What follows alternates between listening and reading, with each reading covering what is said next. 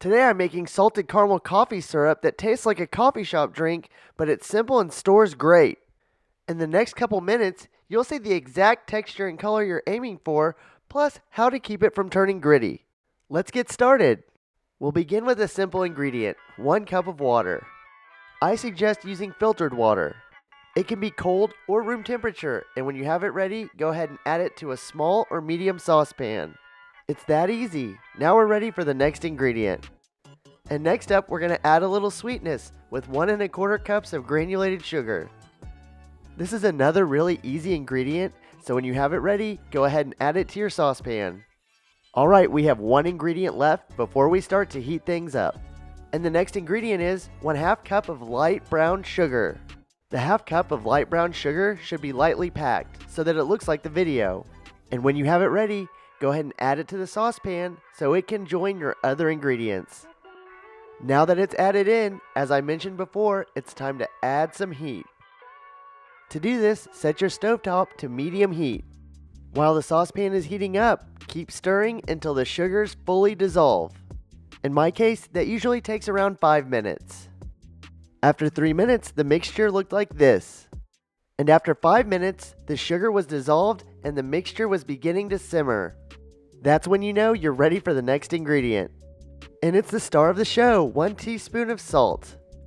One thing I really love about this recipe is that all the ingredients are easy, including this one. Alright, when you have your 1 teaspoon of salt ready, go ahead and add it in with the other ingredients. Make sure you're careful because the syrup mixture is now very hot. Give it a quick stir to mix everything together. Then continue simmering for around 5 to 7 minutes. You may need to reduce the heat to low to keep it simmering but not boiling. This process allows the syrup to thicken. And while the syrup mixture is simmering, it's a great time for our quick goose fact. As it gets colder, geese increase their feather density. By midwinter, they're wearing the bird version of a heavy coat. And now is a great time for you to subscribe and join our flock so you don't miss out on future homemade coffee creations. We're really growing fast. And now back to the syrup. After 5 to 7 minutes of simmering, we're ready to turn off the heat. And after turning off the heat, we're ready for the last ingredient. And it's 1 teaspoon of vanilla extract. Whatever extract you choose, make sure it uses natural vanilla beans and not artificial flavors. When you have your 1 teaspoon of vanilla extract ready, go ahead and add it in with the other ingredients. Be careful because the syrup mixture will still be very hot. Give it a quick stir to mix everything together. Let it cool for a few minutes and then we're ready for bottling. As a force of habit, I like to pour the mixture through a strainer, just to make sure to remove any vanilla pieces from our natural vanilla extract.